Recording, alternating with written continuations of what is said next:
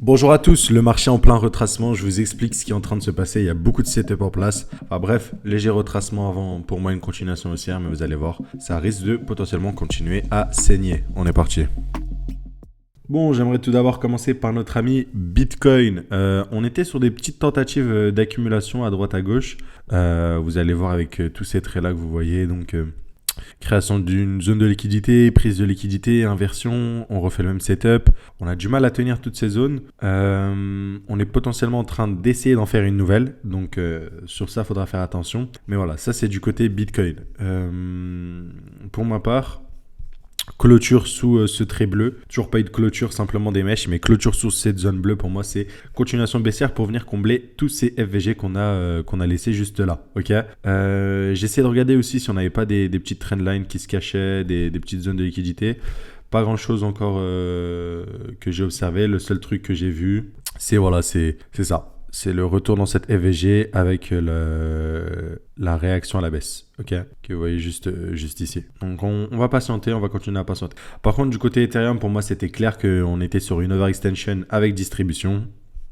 J'ai clairement partagé l'analyse sur Ethereum pour ceux qui étaient dans le Discord, donc que ce soit les signaux ou les calls. Et en fait, voilà, je vous partageais la distribution, si vous le regardez juste là, avec le... Donc voilà, vous le voyez juste ici, cette distribution, je vous disais, pour moi, je m'attends à un retracement pour un retour voilà, dans ces zones bleues. Donc voilà, n'oubliez pas, si jamais vous voulez avoir ce genre d'analyse en temps réel, et surtout, en fait, ce qui est ultra intéressant, c'est un cas d'école, donc c'est une des sections du e-book. Donc le e-book avec toute la stratégie résumée. Et bah là, en direct, je montre un exemple du e-book. Donc voilà, si jamais vous n'avez pas manqué, vous avez ça directement dans la description. N'hésitez pas à nous rejoindre, c'est le moment. Donc voilà, sur Ether, du coup, comme je vous disais, c'est un peu tourné vers le bas. Pour le coup, tant qu'on va garder cette dynamique, donc là, j'avais mon high ici la dernière fois, ce que je racontais. Ensuite là...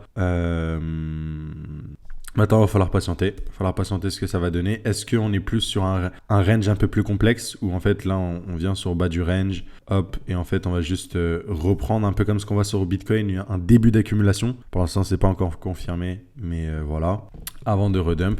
Ou bien est-ce que cette distribution suffit pour aller chercher tous ces gaps-là, donc notamment la zone rouge. Voilà. Sur Solana, c'était beaucoup plus clean qu'Ether avec cette distribution en top.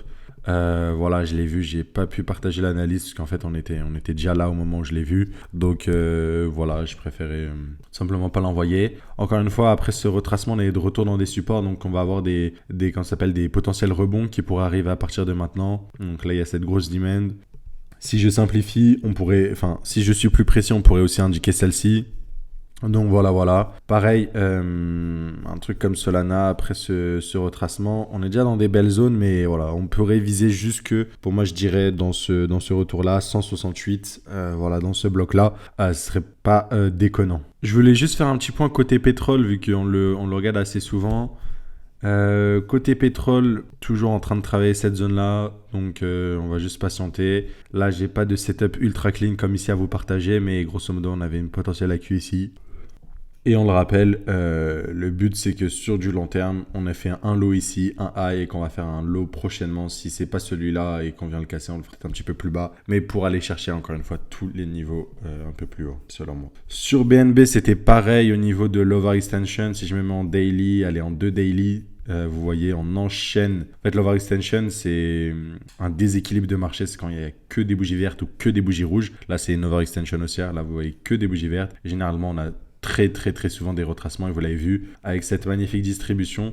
Donc pareil, on revient sur des zones de support. Mais voilà, c'est toujours tourné vers le bas. Et pour moi, sur BNB, c'est à suivre dans ce bloc-là. Il faudra trouver un setup avec un high protégé ici. Pour moi, tant qu'on ne casse pas ce niveau-là, on peut être assez certain que le BNB arrive ici. Donc en gros, le but, ça va être de chercher une mini distrib court terme comme celle-ci, comme celle-ci, comme celle-ci. Donc ce serait peut-être sur allez, on va dire, je dirais en 5 minutes, un peu comme cette distribution-là. Si tu arrives à avoir le setup ici, pour moi, ça se joue. Et si tu arrives en plus à avoir le setup dans une zone comme ceci, ces confluences de la FVG high time frame plus une supply petite time frame, ça peut être intéressant aussi. En tout cas, on va suivre ça de près. Donc, c'est ce que je suis. Le but de ces vidéos, c'est un peu mon petit journal. Moi, ce que je suis, ce que je regarde, ce que je pense. Donc voilà. Pareil, sur NIR, on voit cette jolie distribution sur le top. Voilà. Et ça qui est cool, c'est que Généralement, quand tu vois une analyse sur Ethereum, donc là, c'était le 22 juillet, tu regardes à peu près le 22 juillet, voilà, les distributions étaient déjà mises en place sur la plupart des altcoins. Je le dis à chaque fois aux élèves et ceux qui sont dans les signaux, Ether, c'est vraiment métronome. Donc, c'est le truc des altcoins, il faut le suivre, il faut le suivre. Si jamais il performe, on aura les altcoins qui performent, etc. À chaque fois, même ici, hein, je le dis, je vous dis à chaque fois ETH, BTC, ETH, ETH, ETH, généralement, c'est ce qui drive que tout le monde pump.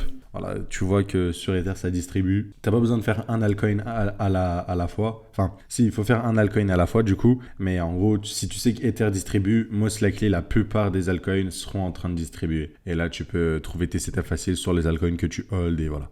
Donc, Theta, pareil, distribution très claire. Tao, distribution très claire. Et vous avez vu, c'est des distributions certaines plus avancées, d'autres moins avancées que d'autres. Alors, je crois que j'ai un problème de... Ça me dit que j'ai un problème de data. Enfin bref, en tout cas, sur Tao, vous pouvez vous dire que voilà, cette distribution peut amener un retour dans ces zones-là, quoi. Assez facilement et voilà, quoi. Et si on regarde avec un petit Fibo, ça corrobore avec le 1618. Donc voilà, c'est à peu près partout pareil. Sur le link, voilà, après cette overextension, c'est sûr qu'on va retracer jusqu'à où. Je pense qu'on peut avoir un retour dans cette demand là. Donc je dirais les 15,68. Là encore une fois, suivre sur du court terme. Et pour de la continuation baissière, si on essaie d'avoir quelque chose, j'essaierai sur du H4 et voilà, ouais. En vrai de vrai, t'as le high qui est juste là. Donc tu peux essayer de te positionner là, à moins qu'il y ait une reprise. Hop. On peut avoir des cas sur low time frame de high, etc. Donc, je suivrai ce bloc-là et le bloc ici environ, un petit peu moins. On va aller en 30 minutes. Ouais, en vrai, ça me paraît une très petite unité de temps pour repérer une zone de gros retracement. Mais ouais, c'est possible aussi dans cette zone-là. Donc, vous avez les deux que je regarde sur le link. Voilà. N'oubliez pas, vous pouvez faire votre petit clic droit, ajouter des alertes. C'est comme ça que je fais. Et vous avez plein d'alertes pour suivre. Côté Arweave, donc malgré qu'on ait des cassures très intéressantes long terme, bah pareil, on vient retracer ces mouvements-là qui étaient, comment dire, overextended, plein de bougies vertes qui s'accumulent. On le rappelle, l'objectif d'une overextension, c'est un retour sous les 0,5 de Fibo. C'est exactement ce que je racontais par rapport à Ethereum en fait. C'est vraiment un retour sous les 0,5 de Fibo. Donc voilà. Et pour le coup, on n'a pas encore eu ce retour-là, même sur Ethereum. Donc voilà, je m'attends au moins à ce qu'on vienne sur ce niveau-là, voire un petit peu en dessous, pour traquer. Et si on regarde sur du court terme, sur Arweave, voilà, c'est exactement la même chanson. Comme quoi ici, voilà, tu vois, ça ressemble à une distrib et on aurait pu être piégé juste là. Donc... toujours méfiance, toujours gestion du risque. Bon, on va pas faire tous les altcoins, mais vous avez compris à peu près la chanson. On a distribué de partout et voilà, donc on attend le reversal qui pourrait avoir lieu prochainement vu qu'on est bientôt dans des retours de demand sur beaucoup d'alt. Sur Bitcoin, on essaie de faire quelque chose. Même sur Ether, c'est possible qu'à partir de là, on reprenne et comme je vous l'ai dit, on fasse une structure de range. Comme ceci avant en fait quand je dis structure du range c'est comme là ici en fait tu te dis qu'il y a une distribution, ouais il y a une distribution qui a causé ce mouvement là, mais au final dès qu'on est revenu dans le bloc en fait on a juste complexifié la structure. Donc là tu peux te dire la même chose, tu as une distribution, tu reviens là et là on va juste complexifier le truc. C'est pour ça qu'il faut se méfier et il faut suivre ça de près. Je ne jouerai pas de la continuation baissière dès à présent. Je ne jouerai pas de la continuation baissière dès à présent. Peut-être sur BNB, ça me tente, mais pour la plupart, je ne tenterai pas. Ok. Vu que les retracements étaient assez conséquents, à moins que bien sûr, j'ai un setup parfait de distribution petite time frame ici. Encore une fois, là, on est jeudi, donc je pense pas que ça va se produire cette semaine et il faudra plus être là semaine. Enfin, en vrai, attendez, jeudi, vendredi, ça nous laisse 48 heures de price action. En vrai, je pense qu'avant le week-end, on peut quand même végéter encore pas mal de temps. Pareil, par contre, côté marché américain, on est sur des all-time high. On continue à chaque fois, hop, on distribue, on réaccumule, comme je l'ai dit, pour aller faire des plus hauts, hop. Pareil, sur le Nasdaq, c'est la même chose. Donc, méfiance. Encore une fois, méfiance. C'est pas le moment d'être giga bullish. Voilà. Notre petit trade sur le CAC 40 qui se passe à merveille pour ceux qui se rappellent. On avait joué une continuation haussière. Donc, retour dans la demand pour aller jouer la continuation haussière. Vous vous rappelez. Donc, voilà. Ça se passe pas mal pour l'instant. Notre trade sur le CAC 40. Ce que je ferai perso, c'est je vais aller sur le contrat futur pour regarder un peu ce qu'on a. Ouais, sur le contrat futur, j'ai l'impression qu'on a beaucoup plus. Et là, si vous voyez juste ici, je ne sais pas si je vous ai partagé cette analyse ou celle d'avant en fait.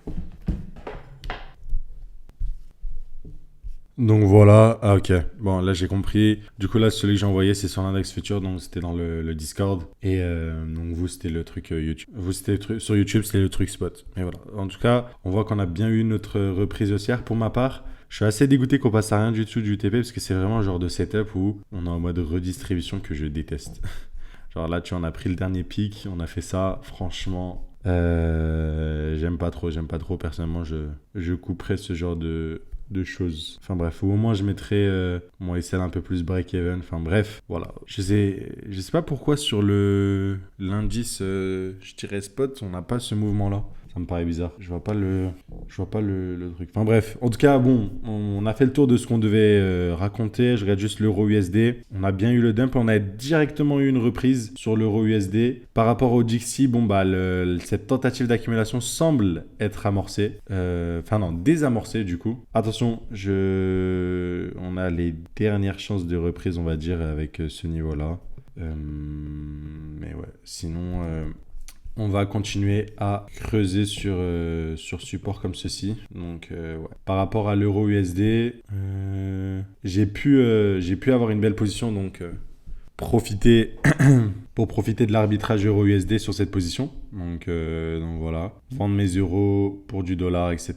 et ensuite les racheter. Et bon, je les ai rachetés à ce niveau-là, du coup au TP, comme vous le voyez ici. C'était pas une très grosse portion, mais toujours intéressant de faire ces petits arbitrages. Voilà, pour moi, sur l'euro USD, on est toujours sur cette zone long terme qu'on va venir bien travailler. Ça m'étonnerait qu'on la casse d'un coup, en fait, mais c'est pas improbable. En fait, le truc, c'est que le Dixie a tellement pris cher, on est tellement sur un truc comme ça, là. Il y a tellement de supports à venir qui vont venir faire rebondir le dollar que ça il va falloir un peu plus de temps, je pense, à mouliner du côté euro avant de s'envoyer très très fort. Mais c'est vrai que les accumulations qu'on a identifiées auparavant, elles sont très très longues, très très fortes. Et pour le GPP USD, on est toujours sur ce pattern d'accumulation. On verra ce que ça va donner avec un retour. Nous, on attend vers cette zone bleue, donc avec COS, et enfin bref. Donc on verra ce que ça va donner. Et voilà, je regarde vite fait côté chinois, c'est un passé. Ah voilà, sur Alibaba, on est en train de reprendre, donc c'est cool. Toujours dans cette zone d'accumulation, on l'avait dit. Hang Seng, voilà, nouveau plus haut, enfin pas all time high, mais continuation de la structure haussière. Donc très très bullish. Xiaomi c'est pareil, magnifiquement bien anticipé cette distribution, ce rachat au 0,5 de Fibo, ça continue donc très bullish. BYD pareil, très très bullish, je vous en avais parlé, je vous ai dit bon avec le COS pour moi c'est haussier, donc pour moi on a bien confirmé cette reprise du momentum avec la fameuse position que je vous racontais juste ici, hop. Voilà. Et j'aime beaucoup vous montrer les actions parce que je vais vous montrer à quel point les SMC vous pouvez les utiliser partout. Je traite de Ether en même temps et là je traite des actions chinoises. Donc voilà, donc très très cool, très belle reprise pour BYD. Baidu, pareil, on continue, ça c'est notre setup. Je pense qu'on peut avoir l'accumulation du bottom, avoir une reprise, donc j'espère. Là j'ai mis un TP là, mais pour le coup, ça c'est le genre d'action, si tu achètes sur bottom, sur accumulation, tu vises des all-time high, des longs, si tu as une prise de profit au fur et à mesure. Donc voilà, ça c'est vraiment un titre indicatif, position court terme. Bon, sur ce, je pense qu'on a vraiment fait le tour. N'oubliez pas, si jamais vous voulez accéder à toutes ces analyses, que ce soit sur des analyses de bourse, de commodities, de crypto, si jamais vous voulez vraiment apprendre la stratégie pendant 12 mois avec nous, vous pouvez nous rejoindre dans la description. Voilà, je vous souhaite une agréable journée. À très très vite et ciao.